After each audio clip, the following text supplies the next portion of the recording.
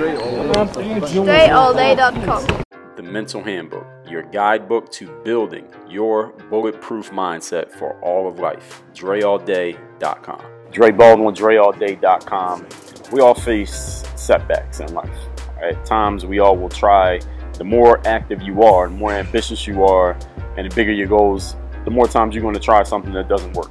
You're going to put something out and it doesn't get the response you thought it was going to get. You're going to have an idea and it doesn't turn over the way that you thought it was going to turn over. You're going to try some stuff and it's just not producing the result that you wanted to produce. We all will face setbacks or failures or dead periods in our lives and our careers. It happens. And the more active you are, again, and the bigger your goals, which means the higher you got to reach, the more often it's going to happen. So what can you do? The purpose of this video is for me to explain, how do you put a comma after your setback instead of a period?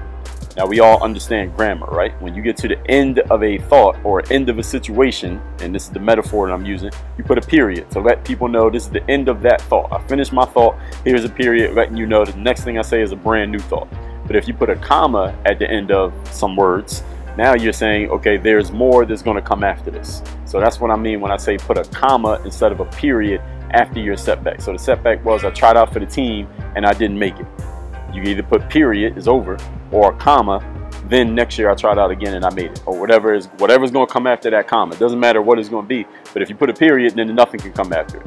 I mean, another sentence can come after it, but it's going to be a whole new situation. You put a comma, that means it's not over, you're not done, there's more to be said about the situation. How do you do that? How do you put a comma instead of a period after a setback, metaphorically in your mind moving forward? Point number one, you got to ask yourself, what can I learn from this situation? From what just happened to me, what I just went through, the setback that I just faced, this thing that didn't work out, what can I learn? Not what can I complain about, not who's to blame, not what went wrong. Well, what went wrong could be part of it, but what can I learn? How can I make myself smarter, better, and more valuable moving forward because I went through this? Now, that seems like a pretty simple, common sense question for people to ask, but how often do people ask it when they go through setbacks? When you go through a setback, your last setback, did you ask yourself that question? What can I learn from this? Or did you get into the negative thinking? Like, why is it bad? Who messed up? Whose fault is it? Why is this really putting me in a bad situation? How about you just asking, once you get over the emotion, what can I learn from this? How can this make me better moving forward? Thomas Edison, when he was creating a light bulb, they say that he tried 10,000 different ways to create the light bulb before he finally got it right. And they say that after every time he tried, up all those first 10,000, every time he tried something, he learned something new. Now, he said that himself. Like, every time I tried, I didn't fail 10,000 times. I just learned something new 10,000 times. So I eventually found the right formula and got it right. So what can you learn from the setback or the thing that didn't work out? Number two, how can I improve as a person because of this and to improve on this? What can make me better as a person? See, it's one thing you can say, I learned this, but how is it going to make you better moving forward? What are you actually going to do with what you learned? And this is a key inflection point for us, especially in the world that we have now, because there's so much information, right? There's so much content and so many people like me putting stuff out all the time. We can learn things and we can listen to them, and I heard that already, I read that already, I know that already. We think this way and we talk this way because we're bombarded with all this information. Some of it good, some of it not. But what do we do with the information? See, just because you have the information doesn't mean you're going to do anything with it. Doesn't mean it's making you more valuable. It doesn't mean that you can profit from it. Just because you know it doesn't mean you are actually applying it. So the second question is, after you, what did I learn? What can I learn? What can I do with it that'll actually make me better for the next thing that I do? Whatever that next thing happens to be. Point number three, who has done better than me in this situation, and what can I take from them to use myself? So if you go try out for the team and you didn't make it, or you start a business and the business fails, I guarantee there's somebody who tried out and they did make it, and there's someone who started a business and their business is thriving. What did they do that you didn't do?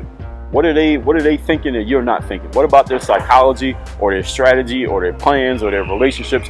What do they have in place that you didn't have in place? Maybe what did they not have in place that you did have in place? And sometimes it's addition, but sometimes it's also subtraction. So how can you learn from someone who has achieved where you failed, who has succeeded where you came up short, and what can you learn from that person? What can you steal from their strategy that you can use for your own strategy? Sam Walton, the guy who started Walmart, if you never read his book, you should read his book.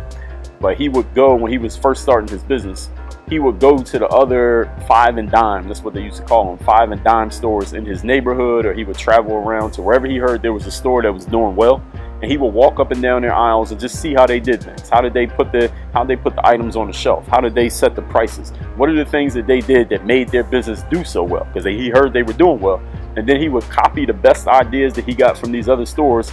He would incorporate them into his own store, and that's how he built Walmart. It wasn't because he was just some genius who just woke up in the middle of the night with this great idea for this big superstore that would become such a valuable company. All he did was steal little pieces of information, little ideas from everybody else who was already succeeding. And listen, any of us can do that because we all have the power of observation. We all also have the ability to think. So who can you learn from who is already succeeding at what you want to be a success at? Number 4.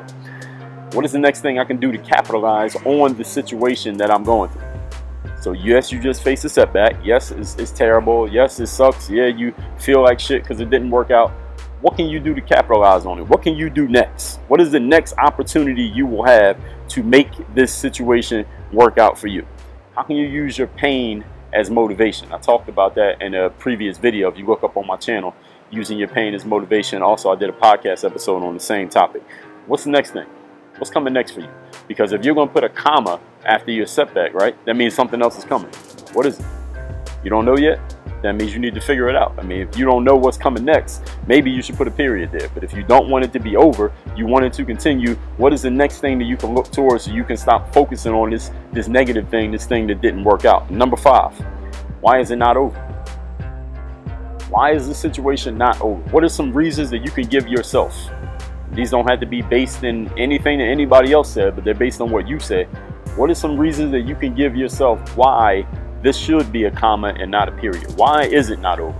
Why do you have another opportunity? Why is this going to work out even though it seems like it's not getting the results that you want to get it? You need to come up with these answers. These become your motivation.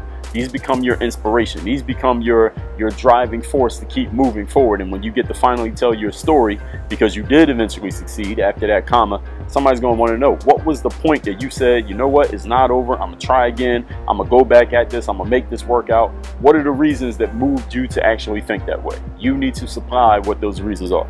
So that is it.